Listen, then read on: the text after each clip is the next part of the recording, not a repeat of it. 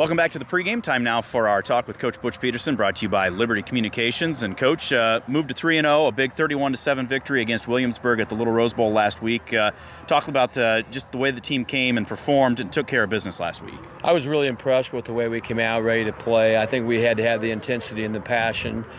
They were huge. They had a huge football team, and I was anxious to see what our kids were going to do with that, and they hit them right in the mouth. And they did a good job and moved the ball efficiently and played a very good defensive game. So I was extremely happy.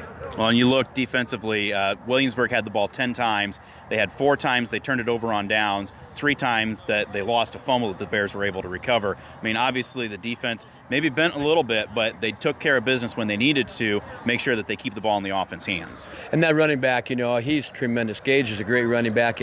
We held him to 102 yards, and that says a lot right there. It's tough to play a team when you only have like one running back like that's outstanding back like that. But, we did a good job keying him. We keyed from 3 different spots, and he had some trouble. Well, and, you look at keying on him, making him not be as successful as he's normally used to.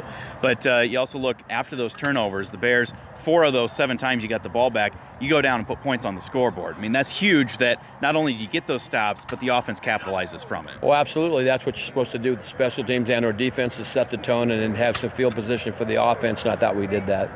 Well, and you're always big on talking how this is a team sport. You've got 22 guys plus special teams that are doing things out there. Obviously, Bo Cornwell gets headlines because he's a special quarterback, and he had over 280 yards passing. But you look what he did. 19 completions, 7 different guys had at least 2 catches.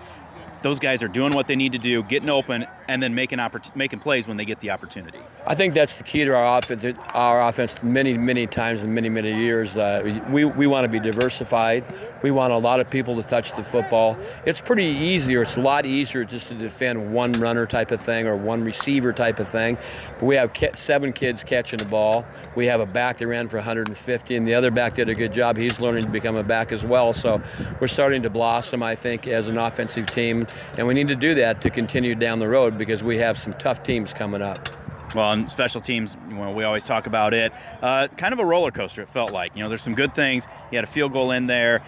Some of the kick coverage. I know those are some correctable things, though, that coaches are looking at and getting guys to maybe focus a little bit more. They need to be corrected, and we worked hard on that. We're working hard on it this week in practice, and it'll be better. We're going to clean that up. Well, and a perfect example of why those guys that maybe don't see the field as much, but when they're out there, be ready. I mean, you look, we scored a touchdown on a bad snap because Bo was ready, Brady was ready, everybody else blocked good enough. So those guys need to know that even if it's just 1 or 2 plays that they're out there, they need to be on their top game. Well, you need to appreciate the role that you've been given by the coaches and do a good job when you're in there. And you do a good job on this, and this, and all of a sudden you might be on the field more. So we tell the kids in special teams, go out and show us what you can do. We might get you more playing time. Well, you look across the field tonight, you've got a final non-district game of the season, another 2A opponent in Tipton coming over here. It's a rivalry game. You know that this is going to be a knockdown drag out here tonight. Well, it's going to be a smash-mouth football game. There's no question about it. They're a 2A school. We've played 3 2A schools in our non-district games, and we don't care how big you are. We're going to go after you. We're going to hit you, and we're going to have fun playing Tipton. They always play good football, and they're aggressive, and they get after us, and we want to meet that challenge with a lot of passion. And one final thing, Coach, just like last week, it was the throwback. This week, we've got the Veterans Game, where honoring our military, those that have served and are currently serving, and just another great way for this team to show that they support the community that supports them. I think our program does as good as that anybody in our school district. We really do support the community, and we get after things that way. And Dave McElrath on this military night, he should just be, he's a saint. He's worked his fanny off to make a good presentation and honor the people that are veterans, and he's done a great job. Well, we're looking forward to it, Coach. Thanks very much for joining us. Well, thank you.